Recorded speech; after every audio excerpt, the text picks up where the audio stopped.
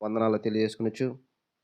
నన్ను ప్రోత్సహించిన తమ్ముడు సురేష్ కూడా దేవుని నామమున వందనాలు తెలియజేస్తున్నాను. ఈ సమయంలో కూడి వచ్చిన ప్రతి ఒక్కరికి, సంఘానికి కూడా దేవుని నామమున వందనములు తెలియజేస్తున్నాను. నా పేరు అన్నీ చెప్పినట్టు రాజ్ కుమార్ కాదండి, రాజాబాబు. నేను ఇక్కడ యెస్ బ్యాంక్‌లో సెక్యూరిటీ చేస్తున్నానండి. అన్నయ్యకి ముందు నుంచి రాజకుమార్ అని అలవాటయిపోయేది. నేను కూడా అలా పలికేస్తున్నాను. చిన్న ప్రార్థన చేసుకుని మన వాక్యంలోకి వెళ్దాం. పరలోకమందున్న మా కన్న తండ్రి, మీ ఘనమైన అతి శ్రేష్టమైన పవిత్రమైన నామమునకు స్తుతులు స్తోత్రములు తెలియజేస్తున్నాం తండ్రి. ఈ సమయంలో తండ్రి చిన్న మందగా చేరి మిమ్మల్ని స్తుతించే గొప్ప ధన్యతను మాకు ఇచ్చిన తండ్రి, మీకు స్తోత్రం తెలియజేస్తున్నాం తండ్రి. ఈ సమయంలో తండ్రి కొన్ని నిమిషాలు మాట్లాడడానికి నేను తండ్రి సిద్ధపడుచుండగా తండ్రి సమయోచితమైన జ్ఞానాన్ని నాకు దయచేయమని, ఆత్మ సహాయాన్ని నాకు దయచేయమని క్రీస్తు వారి మహోన్నత నమ్మున వేడుకొంచు బ్రతిమాలుకొంచు ప్రార్థన చేయించున్నాం తండ్రి. ఆమేన్. నేను కూడా మీకులాగే సంఘస్థునండి. ఒక సంఘంలో ఒక సంఘ సభ్యుడినే, మీలాంటి వాడినే. కాబట్టి నేను కొత్తదేమీ చెప్పడం నాకు రాదు. నేను అన్నయ్యల ద్వారా విని నేర్చుకున్నదే మీకు చెప్తాను కాబట్టి నేను చెప్పేది కూడా మీకు అందరికీ తెలిసిందే ఉంటుంది. ఎవరైనా బాధలో ఉన్నారనుకోండి, నిరాశ నిస్పృహలో ఉన్నారనుకోండి, వాళ్ళకి దిక్కుతోచని పరిస్థితుల్లో ఉన్నారనుకోండి, నాకు సహాయం ఎక్కడి నుంచి వస్తుంది అని ఎదురు చూస్తున్నప్పుడు ఎవరో ఒకరు వచ్చి, ఎందుకురా భయపడతావు, నేనున్నాను అంటే ఆ మాట ఎంత ధైర్యాన్ని ఇస్తుంది, ఎంత ఓదార్పునిస్తుంది. అదే ఒక కన్న కొడుకు ఎగ్జామ్కి ఫీజు కట్టడానికి డబ్బులు లేవండి, తండ్రిని అడగలేని పరిస్థితుల్లో ఉన్నాడు. నా తండ్రి కూడా నాలాంటి వాడే కదా, నా తండ్రి దగ్గర ఏమీ లేవు, నేను అతను బాధ పెట్టలేను అనుకుంటూ కృంగిపోతున్నాడు కొడుకు. ఎలాగని చూస్తున్నాడు. నానొచ్చి, అరే నాన్న ఎందుకురా బాధపడతా, నేనున్నాను కదా అన్నాడు అనుకో, ఆ కొడుక్కి ఎంత ఆదరణ ఉంటుంది. అదే కన్న తండ్రి బాధల్లో ఉన్నప్పుడు, కన్న తండ్రి శోధనలో ఉన్నప్పుడు కన్న కొడుకు వచ్చి నానా నేనున్నాను అంటే ఇంకెంత ఆదరణగా ఉంటుంది. ఇలాంటి ఒక మాట, నేనున్నాననే మాట మనం చాలాసార్లు వినుంటాం, చాలాసార్లు మనం ఆ మాట గురించి ధ్యానించి ఉంటాం. మరొకసారి ఆ మాట కోసం మనం నేర్చుకుందాం, ధ్యానించుకుందాం.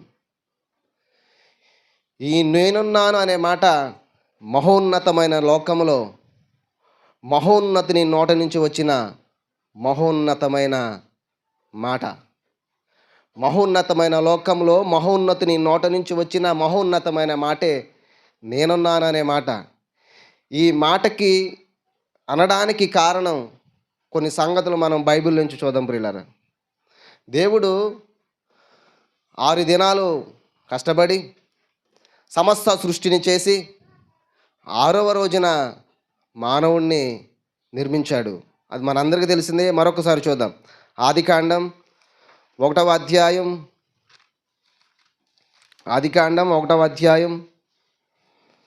26, 27 వచనాలు. దేవుడు మన స్వరూపమందు మన పోలిక చొప్పున నరులను చేయుదము, వారు సముద్రపు చేపలను, ఆకాశ పక్షులను, పశువులను, సమస్త భూమి మీద ప్రాకు ప్రతి జంతువును వేలుదురుగాకనియు పలికెను. దేవుడు తన స్వరూపమందు నరుని సృజించెను. దేవుని స్వరూపమందు వానిని సృజించెను. చాలండి. దేవుడు మన స్వరూపమందు నరులను చేయదము అని అన్నారు. అంటే మన అంటే అక్కడ సింగులరా ప్లూరలా, అంటే ఏకవచనమా బహువచనమా? బహువచనమే. అక్కడ ఆయనతో పాటు ఇంకొకరు ఎవరో ఉన్నారు. అలాగే మన పోలిక చొప్పున నరులము చేయదమన్నారు. ఆయన పోలికలలో నరులను చేశారు. ఆయన ఎలా చేశారు ఆ నరుల్ని చూద్దాం. అది కూడా ప్రసంగి గ్రంథం 7వ అధ్యాయం 29వ వచనం.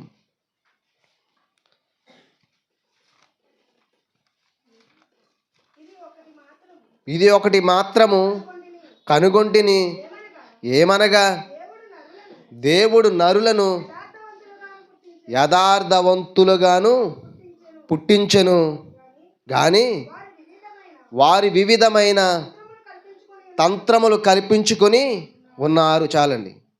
మన పోలిక చెప్పున నరులము చేయదమన్న దేవుడు, ఆయన పోలికలలో నరులను తయారు చేసిన దేవుడు యథార్థవంతులుగానే మనం సృష్టించాడు. కానీ ప్రియులారా, మనమే ఈ భూమి మీదకి వచ్చాక వివిధ తంత్రాలను కల్పించుకొని పాపులుగా అయిపోయి పాపానికి చేరువైపోతున్నాం. ఆ పాపానికి చేరువైపోతున్న నరులను చూసి దేవుడు తన హృదయములో నొచ్చుకుని సంతాపము పొందాడు. అది కూడా చూద్దాం ప్రియులారా. ఆదికాండం 6వ అధ్యాయం 5-6 వచనాలు.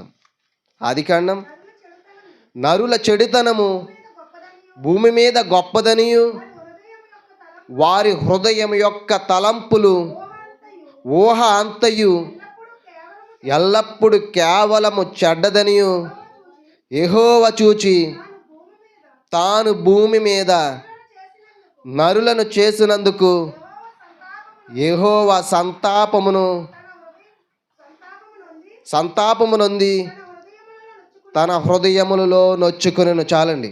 దేవుడు ఆయన పోలికలో నరులను చేశాడు, వాళ్ళని యథార్థవంతులుగా చేశాడు. యథార్థవంతులుగా చేస్తే మనమేమో వివిధ తంత్రాలను కల్పించుకొని పాపానికి చేరువైపోతే అది చూసి సహించలేని దేవుడు తన హృదయంలో నొచ్చుకున్నాడు. అంతే కదండి. మనల్ని కూడా మన తల్లిదండ్రులు తిట్టుంటారు ఒకానొక సమయంలో. మన ఇష్టానుసారం మనం బ్రతుకుతున్నప్పుడు ఎందుకు కన్నానురా నిన్ను అనే తల్లిదండ్రులు ఉంటారు, అనిపించుకునే పిల్లలు కూడా ఉంటారు. ఒక సంవత్సరం క్రితం అనుకుంటండి, ఒక అతనికి 4 కొడుకులు పుట్టారు తెలంగాణలో. అది మనం చూసాం పేపర్లో. ఆ 4 పిల్లలంట అతనికి భోజనం పెట్టడానికి వాటాలు వేసుకుంటున్నారంట. ఓ రోజు నేను, ఓ రోజు నువ్వు, ఓ రోజు నా 4 కొడుకులు వాటాలు వేసుకుంటుంటే అది చూసి సహించలేక తండ్రి వీళ్ళని ఎందుకు కన్నాను రా బాబు, ఇలా కనడం మానేస్తే మంచిది అనుకుని అతను చితి పేర్చుకుని ఆ చితి మీద చచ్చిపోయాడంటండి. అంటే ఆ 4 కన్నప్పుడు అతను చాలా గర్వంగా ఫీల్ అయి ఉంటాడు. నా 4 కొడుకులు నన్ను 4 భుజాల మీద మోసేస్తారు, నన్ను ఎవడు మోయక్కర్లేదు, ఈ ఊరిలో ఎవడు రాకపోయినా పర్లేదు, నా 4 కొడుకులు నన్ను కాటికి సాగరంపేస్తారు అనుకున్నారు. కానీ ఇతని కాళ్ళతో ఇతను నడిచెళ్ళే స్థితి వస్తుందని ఆ తండ్రి అనుకోలేదేమో. అలాగే మన కన్న తండ్రి కూడా మనల్ని చూసి అదేవిధంగా సంతాపం చెందాడండి. మన యొక్క చెడుతనాన్ని చూసి, ఆ నరుల చెడుతనాన్ని చూసి అదేవిధంగా సంతాపం చెంది చంపేద్దాం అనుకున్నాడు. ఒక వాడను నిర్మించుకోమన్నాడు నోవహు గారితోటి. ఆయన వాడను నిర్మించాడు. 300 మూరల పొడుగు, 50 మూరల వెడల్పు, 30 మూరల ఎత్తుగల ఒక వాడను నిర్మించాడు. కానీ సుమారు దేవుడికి సృష్టి చేయడానికి 5 రోజుల టైం పట్టింది. అలాంటి చిన్న వాడను తయారు చేయడానికి ఆయనకి ఏమన్నా లేట్ అవుతుంది అంటారా? అవదు. సమస్త సృష్టిని చేయడానికే కేవలం 5 రోజులు పడితే ఒక చిన్న వాడను తయారు చేయడానికి ఆయనకి ఏమైనా కష్టమా? కానీ ఒక నరునికి ఎందుకు అప్పగించాడంటే ఆ నరుడు చేయడానికి కొంత సమయం పట్టొచ్చు అనే కారణంతో అవ్వచ్చు. సుమారు 100 నుంచి 120 సంవత్సరాలు పట్టిందని చారిత్రకులు చెప్తారు. కాబట్టి ఆ వాడ నిర్మాణానికి 100 నుంచి 120 సంవత్సరాల టైం పట్టిందని చరిత్రకారులు చెప్తారు. కానీ ఆ వాడ తయారు చేస్తున్నప్పుడు చాలామంది వచ్చి అడుగుంటారుగా, ఎందుకు తయారు చేస్తున్నామంటే ఇదిగో జలప్రళయం వచ్చేస్తుంది, దేవుడు తయారు చేయమన్నాడు, ఈ వాడలోకి మనల్ని వెళ్ళమన్నాడు ఆయన చెప్పుంటారుగా, సువార్త ప్రకటించుంటాడుగా. ఆ 100 నుంచి 120 సంవత్సరాలు ఆయన సువార్త ప్రకటించుంటాడుగా. కానీ ఆయన సుమారు 100-120 సంవత్సరాలు సువార్త ప్రకటించిన ఆ కాలంలో ఎవ్వరు వినలేదండి. ఎవరు వినలా. నోవహు గారికి ఒక్క కుటుంబం మాత్రమే ఆ వాడలోకి వెళ్ళింది. వాళ్ళ మాత్రమే రక్షించబడ్డారు. జలప్రళయంలో అందరూ తుడిచిపెట్టుకుని పోయారు. జంతువులు, పాకేవి, ఎగిరేవి, ప్రతీది కూడా, ప్రతి మనిషి కూడా, ఆ యనమండుగురు తప్ప, నోవహు గారు, అతని భార్య, అతని 3 పిల్లలు, ఆ యొక్క 3 కోడళ్ళు తప్ప అందరూ ఆ జలప్రళయంలో అంతమైపోయారు. మళ్ళీ ఆయన నుంచి కొత్త జనాంగం వచ్చింది. కొత్త జనాంగం కూడా అలాగే తయారైంది. సొదొమ గొమొర్రాల కోసం మీకు చెప్పనవసరం లేదు. ఆ సొదొమ గొమొర్రాల ఇంటికి, ఆయన లోతు గారింటికి కొంతమంది వెళ్తే వాళ్ళని బయటికి పంపండి. ఏంటి చిన్నోళ్ళు, పెద్దోళ్ళు, ముసలోళ్ళు అందరూ వెళ్ళిపోయారు. లోతు గారింటికి వెళ్ళిపోయి, నీ ఇంటికి వచ్చిన అతిథుల్ని బయటికి పంపు, మేము వాళ్ళతో సైనించాలి, వాళ్ళతో కూడాలి. ఏంటి చిన్నోడు, మూతి మీద మీసాలు రాలేని కుర్రోడు, చచ్చిపోవడానికి సిద్ధంగా ఉన్న ముసలోడు, యవనస్తుడు ప్రతి ఒక్కరు కూడా ఇంటికి వెళ్ళిపోయి, నువ్వు వాళ్ళని బయటికి పంపుతావా పంపవా? పంపితే మేము పాపం చేయాలి అన్నారు. అది చూసి సహించలేని దేవుడు కూడా వాళ్ళని కూడా అగ్ని గంధకాలతోటి కాల్చి చంపేశాడు. దేవుడేమో మనల్ని ఈ భూమి మీదకి పంపి, ఈ భూమి మీద కొంత ఆయుష్ మనకిచ్చి, ఆయన కోసం ప్రకటించి, ఆయన కోసం జీవించి, ఆయన కోసం మనం బ్రతికి మళ్ళీ మరణించి ఆయన దగ్గరికి చేరుకోవాలని ఆయన అనుకుంటుంటే, వివిధ తంత్రాలను కల్పించుకుని పాపానికి చేరువైపోయి, పాపానికి బానిసలైపోయి అందరూ మరణించేస్తున్నారు. కానీ ఇలా అది చూసి సహించలేని దేవుడు, పాపాన్ని చూసి సహించలేని దేవుడు చంపేస్తున్నాడు. కానీ ఒకటి అనుకున్నాడు, నేను చంపడానికి కాదు కదా వీళ్ళని సృష్టించింది అని అనుకున్నాడు. వీళ్ళకి ఏదే విధంగా వీళ్ళని రక్షించాలనుకునే మోషే గారి ద్వారా ధర్మశాస్త్రాన్ని ఇచ్చాడు ఆయన. మోషే గారి ద్వారా ధర్మశాస్త్రాన్ని ఇచ్చి, ఆ ధర్మశాస్త్రంలో కొన్ని బలులను కూడా వాళ్ళకి ఇచ్చాడు. ప్రియులారా, మోషే గారికి ధర్మశాస్త్రాన్ని ఇచ్చారు. మోషే గారి ద్వారా ఇజ్రాయేలులకు ధర్మశాస్త్రాన్ని ఇచ్చి, ఆ ధర్మశాస్త్రంలో కొన్ని బలులను వీళ్ళకి అర్పించమన్నాడు. ఆ బలి ఇచ్చినప్పుడు వీళ్ళకి పాపం కాస్త క్షమించబడుతుంది, వీళ్ళ పాపం క్షమించి దేవునికి దగ్గర అవుతారు అనే ఆలోచనతో తండ్రి అయిన దేవుడు మోషే గారికి ధర్మశాస్త్రం ఇచ్చి, ఆ ధర్మశాస్త్రంలో కొన్ని బలులను ఇచ్చారు. ఆ బలులు ఏంటంటే దహన బలి, నైవేద్య బలి, సమాధాన బలి, పాప పరిహారార్థ బలి, అపరార్థ పరిహారార్థ బలి. ఈ 5 బలులను దేవుడిచ్చాడు. ఈ 5 బలులు వాళ్ళందరూ తూచ తప్పకుండా నెరవేరుస్తున్నారు. ఈ బలులన్నిటిని వాళ్ళు తూచ తప్పకుండా నెరవేరుస్తున్నారు. కానీ బలులు ఎంత ఇష్టంగా తీస్తున్నారో అంతకంటే ఇష్టంగా పాపం చేస్తున్నారు. ఇటు బలుల యొక్క రేటింగ్ తగ్గలేదు, పాపాలు రేటింగ్ తగ్గలేదు. బలులు ఇష్టపూర్వకంగా ఇస్తున్నారు, కానీ పాపాలు కూడా అంతకంటే ఇష్టంగానే చేస్తున్నారు. కొంతమంది ఈ బలులు ఇవ్వలేక ఇంకాను దూరంగా నెట్టివేయబడుతున్నారు. వారి మీద ఇంకా భారం మోపబడుతుంది. బలుల వల్ల పాపం పోతల, కానీ బలి ఇచ్చేస్తున్నారు. ఆ బలి వల్ల వీళ్ళ పాపం మాంతలేదు. ఆ బలి చూసి ఆయనకి కూడా, దేవునికి కూడా సిరాకు వచ్చేసిందండి, కోపం వచ్చేసింది. అది కూడా చూద్దాం ప్రియులారా. ఆ బలులు ఆయనకి ఎక్కసమైపోయినాయన్నమాట. ఆ బలి అంటే ఆయనకి రోదన కలిగేసింది. రేపు మీరు బలిస్తున్నారు కానీ పాపం మాంతలేదు, బలులు పెరుక్కుంటే పోతున్నాయి, వాటితో పాటు పాపాలు కూడా పెరుక్కుంటే పోతున్నాయి, మీ బలులు నాకొద్దు అనే స్థితికి దేవుడు వెళ్ళిపోయారు ప్రియులారా. యెషయా గారు రాసిన గ్రంథం, యెషయా గ్రంథం 11వ అధ్యాయం, యెషయా గ్రంథం 1వ అధ్యాయం 11-15 వచనాలు ప్రియులారా. యెహోవా సెలవిచ్చిన మాట ఇదే, విస్తారమైన మీ బలులు నాకేలా, దహన బలులకు పొట్టేళ్లను, బాగుగా మేపిన దూడలను, క్రొవ్వును నాకు వెక్కసమాయను, కోడెల రక్తమందైనను, గొర్రె పిల్లల రక్తమందైనను, మేకపోతుల రక్తమందైనను నాకిష్టము లేదు. నా సన్నిధిని కనబడవలనని మీరు వచ్చుచున్నారే, నా ఆవరణములను త్రొక్కుటకు మిమ్మును రమ్మన్న వాడెవడు? మీ నైవేద్యము వ్యర్థము, అది నాకు అసహ్యము పుట్టించు ధూపార్పణము, దానికను త్యాకుడి, అమావాస్యయు విశ్రాంతి దినమును సమాజ కూట ప్రకటనమును జరుగుచున్నవి. పాపులు గుంపు కూడిన ఉత్సాహ సమాజమును నేను వార్చజాలను.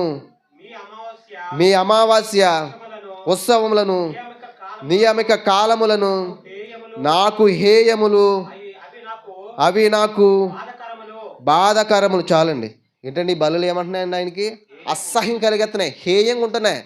వీళ్ళు చేస్తున్న ప్రతి పండగ, వీళ్ళు చేస్తున్న ప్రతి ఉత్సవం, వీళ్ళు చేస్తున్న ప్రతి బలులు ఆయనకి అక్కసమైపోయి చిరాకు రప్పించేస్తున్నాయి. ఎవర్రా మిమ్మల్ని రామంటున్నది? ఇక్కడ మనం వస్తుంటే అన్నయ్య గారు ఎవర్రా నేను రామన్నాడంటే మనకి ఎలాగుంటుంది? అలాగే దేవుడు అదే కోణంలో అంటున్నాడు, ఎవడు మిమ్మల్ని రామన్నది ఎవరు? నా గడప ఎవరు తొక్కమంటున్నారు? నా సన్నిధానానికి మిమ్మల్ని ఎవరు రామన్నారు? బలులు అర్పించేస్తున్నారు, పండగలు చేసేస్తున్నారు, అన్నీ ఆచరించేస్తున్నారు, ఆనవాయితీగా ఆచారంగా చేసేస్తున్నారు తప్ప వాక్యాన్ని అనుసరిస్తలేదు. ఆయనకి కోపం వచ్చేసింది, బలులు ఇవ్వద్దు అన్నారు, బలుల మీద చిరాకు వచ్చింది. కానీ ఒక్కడమటి నిజం, ఎడ్ల రక్తం వల్ల, మేకల రక్తం వల్ల, కోళ్ళ రక్తం వల్ల పాపం పోతలేదు. అంతే కాబట్టి ఆయన మీ బలు నాకు అక్కర్లేదు అన్నాడు. కానీ ఒకటి నిజం, రక్తం చిందించబడకుండా పాప క్షమాపణ కలగదు. జంతు బలులు వద్దన్నాడు ఆయన, వాటి వల్ల పాపం పోతలేదు. మరి ఇంకెలా పాపం పోతుంది? రక్తం చిందించబడాలి. రక్తం చిందించబడకుండా పాపం అనేది పోదు. చూద్దాం ప్రియులారా, అది కూడా హెబ్రీయులకు రాసిన పత్రిక 9వ అధ్యాయం 22వ వచనం. హెబ్రీయులకు రాసిన పత్రిక 9వ అధ్యాయం 22వ వచనం. మరియు ధర్మశాస్త్ర ప్రకారం సమస్త వస్తువులను రక్తము చేత శుద్ధి చేయబడిననియు, రక్తము చిందించబడకుండా పాప క్షమాపణ కలగదనియు సామాన్యముగా చెప్పవచ్చును. ఈయన బలులు ఆపేయమన్నారు. ఆ బలులంటే ఆయనకి ఇష్టం లేదు. ఎడ్ల రక్తం, కోళ్ళ రక్తం, మేకల రక్తం పాపాన్ని తీస్తలేదు. బలి ఆపేయమన్నారు. రక్తం చిందించొద్దన్నాడు. కానీ రక్తమే చిందించాలి పాపం పోవాలంటే. బలియాగం జరగాలి పాపం పోవాలంటే. అది ఎలా, ఎవరిస్తారని ఆలోచనలు ఈయనున్నారు. చూద్దాం ప్రియులారా, అదే యెషయా గారు రాసిన గ్రంథం 6వ అధ్యాయం 1 నుంచి చదువుకుందాం ప్రియులారా.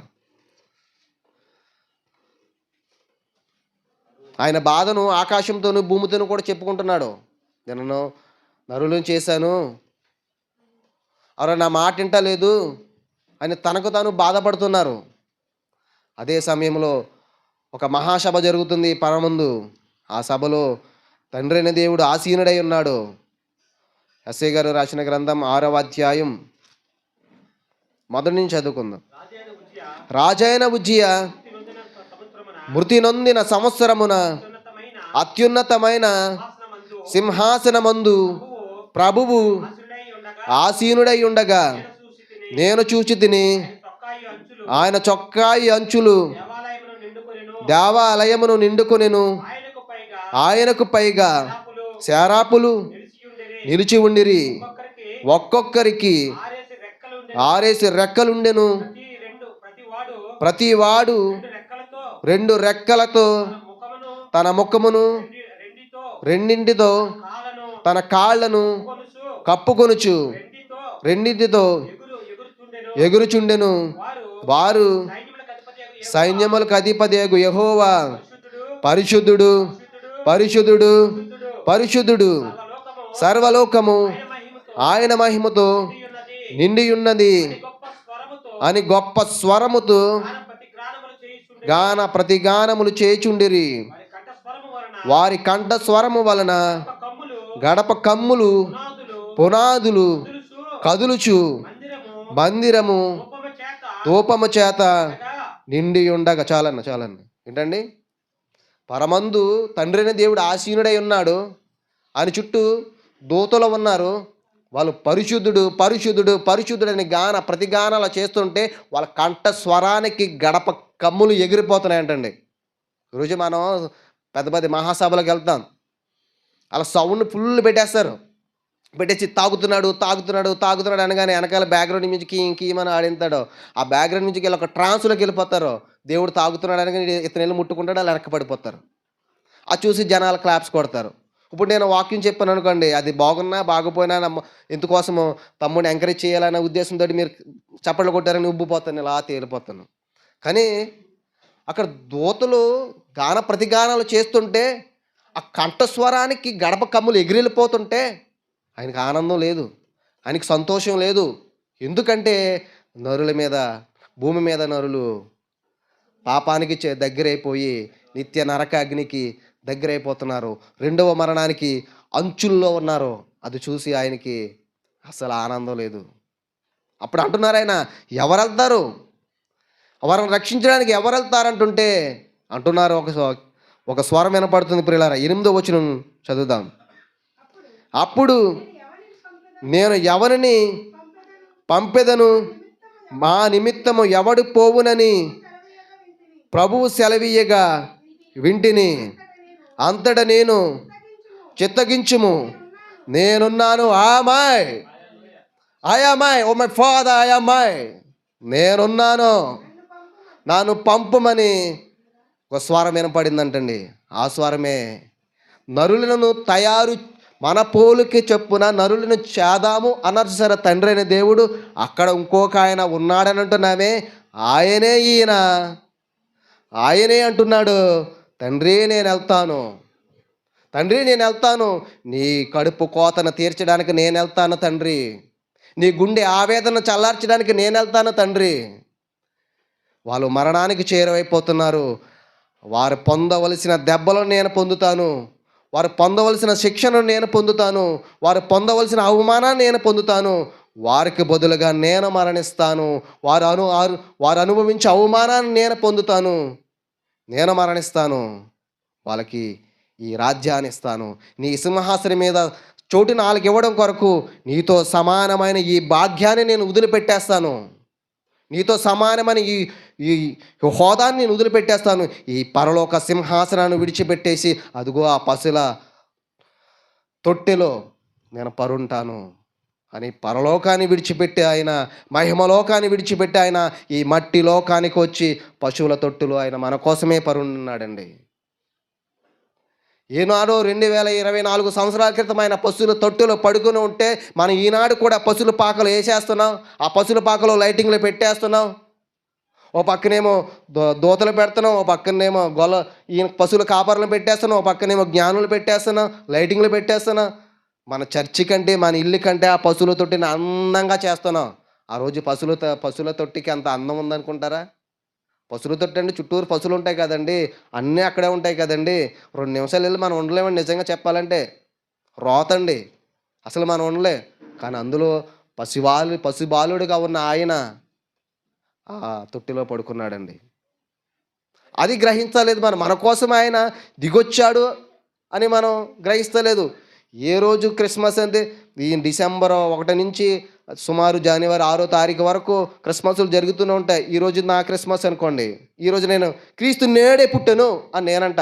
రేపు తమ్ముడు క్రిస్మస్ అనుకోండి, ఆ తమ్ముడు కూడా క్రీస్తు నేడే పుట్టును అంటారు. రేపొద్దున అన్నయ్య క్రిస్మస్ అనుకోండి, అన్నయ్య కూడా క్రీస్తు నేడే పుట్టును అంటాడు. అంటే ఈ 4 రోజులు ఎవరు క్రిస్మస్ చేసినా నేడే పుట్టుడు, నేడే పుట్టుడు, నేడే పుట్టును అంటుంటే కొంతమంది మత సాందాసవాదులేమో నవ్వుకుంటున్నారు, అపహాస్యం చేస్తున్నారు.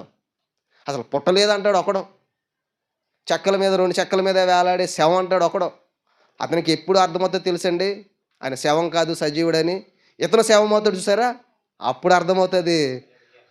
అప్పుడు గుండెలు బాదుకుంటాడు, అయ్యే సజీవున్నట్టుగా నేను శవం అన్నానా అని ఆయన గుండెలు బాదుకున్నా ఏముండదు. అలాగే ఆయన మహిమను విడిచి మన కోసం వచ్చారు, మన కోసం ప్రాణం పెట్టారు.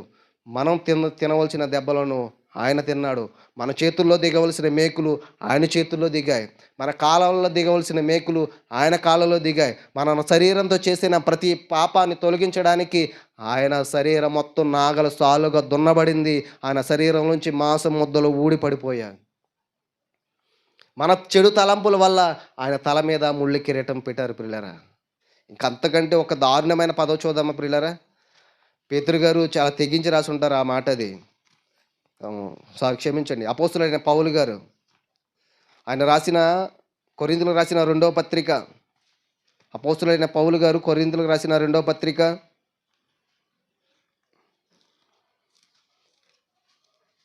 5వ అధ్యాయం 21వ వచనం. అపోస్తులైన పౌలు, ఎందుకనగా మనం ఆయనందు దేవుని నీతి అగునట్లు పాప మెరుగని ఆయనను మన కోసము పాపముగా చేసి, మళ్ళీ చదవండి, మన కోసము పాపముగా ఎలా చేశాడండి? ఆయన్ని పాపముగా చేశాడండి. ఆయన అలాంటివి కూడా అసలు ఆయన క్యారెక్టర్ ఏంటి అది కూడా చూద్దాం ప్రియులారా. హెబ్రీయులకు రాసిన పత్రిక 7వ అధ్యాయం 26వ వచనం.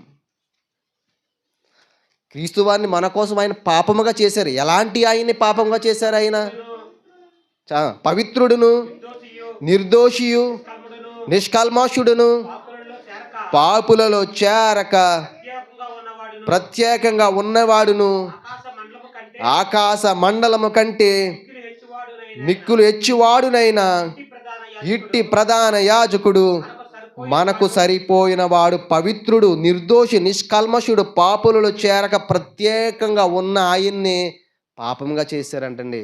ఎందుకొరకు? మన కొరకే. మన పాపాన్ని తీయడం కొరకే ఇట్లాంటి క్యారెక్టర్ ఉన్న ఆయన్ని పాపంగా చేశారాయన. ఈరోజు మీరు క్రీస్తుని ఎందుకు నమ్ముకుంటున్నారు? ఇందుకే కదండీ మనం నమ్ముకోవాలి. కామ, క్రోధ, మద, మోహ, మాత్సర్యాలను జయించిన ఏకైక దేవుడు ఈయనే. నేను పాపినండి. నాకు ఒక రూ. 100 అప్పుంది. నేనెళ్ళి ఆ తమ్ముడిని అడుగుతా, "తమ్ముడు నాకొక రూ. 100 ఉంటియి" అని అంటాను. ఆ తమ్ముడికి రూ. 1000 అప్పుంది. తాగడానికి టీకి కూడా డబ్బులు లేవు. అలాంటి అతను నాకు రూ. 100 ఇస్తాడా? ఇవ్వడు. నేను పాపాత్ముడిని. నా పాపం క్షమించబడాలి. నా పాపం క్షమించబడి నేను నిత్యరాజ్యం చేర్చబడాలంటే ఎవరి దగ్గరికెళ్ళాలి? కదండీ! నేను పాపమనే అప్పులో నేను కూరుకుపోయి ఉన్నాను. అప్పుడు నా పాపమనే అప్పు తీసి నాకు పరలోకం ఇవ్వాలని నేను ఎవరి దగ్గరికెళ్ళాలి? పాపరహితుడి దగ్గరికెళ్ళాలి. ఈటిలిని జయించిన వాడి దగ్గరికెళ్ళాలి. కామ, క్రోధ, మద, మోహ, మాత్సర్యాలను జయించిన వాడి దగ్గరికెళ్ళాలి. ఈటిలిని జయించిన వాడు ఎవ్వరూ లేరే. ఎవరైనా ఉన్నారా ఈ ప్రపంచంలో? ఎవరైనా ఉన్నారా మనం చదివిన వాటిల్లో అంటే ఎవరు కనపడరే మనకి? ఒకానొకడు one and only the Jesus Christ మాత్రమే కనబడతారు. ఆయన ఒక్కడే కనబడతాడు. కామ, క్రోధ, మద, మోహ, మాత్సర్యాలను గెలిచిన వాడు, పవిత్రుడిగా జీవించిన వాడు, పాపులను సైతము తన రక్తముతో కడిగి నిత్యరాజ్యము చేర్చగలిగే ఒకే ఒక్క మగాడు, మనగాడు యేసుక్రీస్తు వారు ఒక్కరే మాత్రమే కనబడతారు. అందుకే మనం ఆయన్ని రక్షకుడిగా స్వీకరిస్తున్నాం. ఈరోజు ఎవరైనా అడిగితే మీరు ఎందుకు చేస్తున్నారని, ఇందుకే చేస్తాం మేము ఆయన్ని రక్షకుడిగా, ఇందుకే ఆయన అంగీకరించాం అని మనం చెప్పగలగాలి ప్రియులారా. నిజంగా నాకు ఇది ఈ క్వశ్చన్ అర్థమే. ఒక నేను ఇక్కడే జాబులో ఉండగా భోజనం చేస్తుంటే ఒక ఆయన అడిగాడనమాట. ఆయన ఇల్లు కూడా ఇక్కడే. ఏమన్నాడంటే ఆయన, "రాజుగారు ఇంతమంది ఉన్నారు కదా, అసలు మీరు ఎందుకు ఆయన్ని ఇస్తున్నారు? ఇండియా కాదు కదా" అయిందంటే, "అది అయిపోయింది, నేను టీకని వచ్చానండి. ఇక్కడికి వస్తాను, నేను టీకి వస్తే ఆ బండి మీద వెళ్తే ఆలోచించుకుంటే ఇదే గుర్తొచ్చింది నాకు. కామ, క్రోధ, మద, మోహ, మాత్సర్యాలను గెలిచిన మహనీయుడు ఎవరు లేరండి. ఆయన ఒక్కడే ఉన్నాడని మళ్ళీ ఆ టీ పట్టుకెళ్ళి ఆయనకిచ్చి ఒక 5 నిమిషాలు టైం ఉన్నాకని ఈ ముక్కే చెప్పానండి. నేను ఎవరిని విమర్శిస్తలేదు, ఎవరిని బాధ పెడతలేదండి. నాకు ఈయనే కనిపించాడు. నేను అందుకు ఆయన్ని తెలుసుకున్నానండి. నేను కూడా ఈ మాటలు ఎవరో అన్యుల ద్వారా విని నేర్చుకున్నానండి.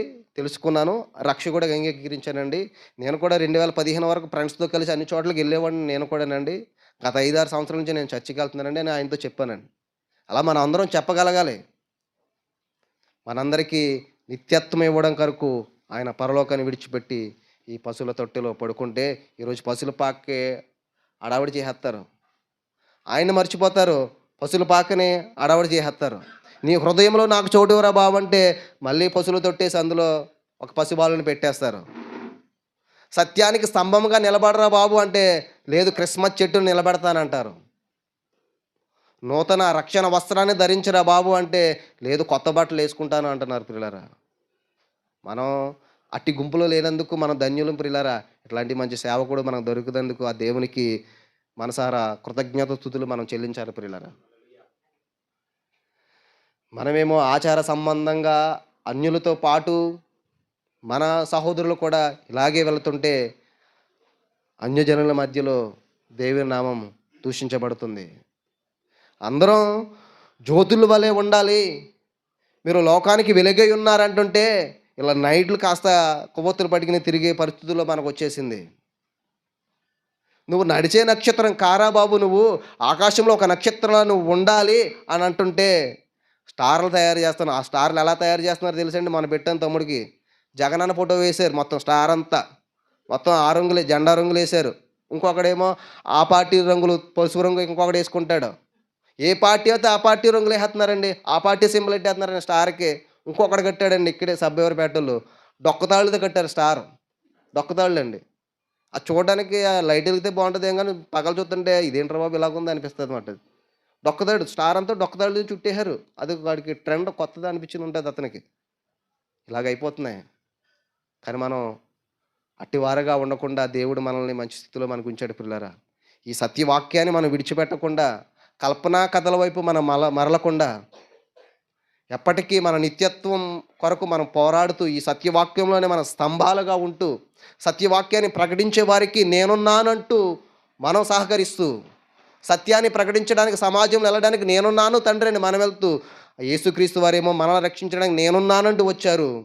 మన పాపాలు తీయడానికి నేనున్నానంటూ ఆయన మరణించారు. మన కోసం చేతుల్లో మేకులు దిగ్గొట్టుకోవడానికి నేనున్నాను అని ఆయన చేతుల్లో మేకులు దిగ్గొట్టుకున్నారు. మన కాళ్ళలో దిగవలసిన మేకులు నేనున్నాను అంటూ ఆయన కాళ్ళలో ఆయన దిగ్గొట్టుకున్నారు. మన శరీరం పాపం పోవడానికి ఆయన శరీరం మొత్తం నలగొట్టుకోవడానికి నేనున్నాను అంటూ ఆయన శరీరాన్ని మన కోసం అప్పగించేశాడు. అనేక అవమానాలు, నిందలు ఎన్నో పొందాడాయన. తల్లి గర్భంలో పడినది మొదలుకొని ఆయన సిలువకి ఎళ్ళేంత వరకు ప్రతి క్షణం, అనుక్షణం ఆయన నిందలు, అవమానాలు పొందుతూనే ఉన్నాడు.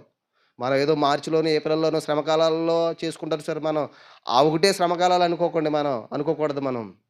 ఆయన తల్లి గర్భంలో పడినది మొదలుకొని సిలువకెళ్ళేంత వరకు ఆయన అవమానాలు, నిందలు పొందుతూనే ఉన్నాడు. ఆఖరికి సమాధి గెలిచి లెగిసొచ్చిన తర్వాత కూడా తన శిష్యుడైన తోమా గారు కూడా ఆయన్ని అనుమానించారు ప్రియులారా.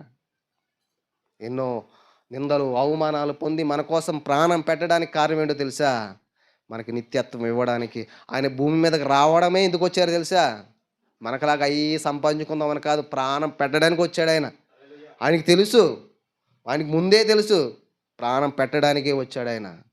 ఆయన మరణంలోనే మనకి రక్షణ ఉంది. ఆయన మరణంలోనే మనకి నిత్యత్వం ఉంది.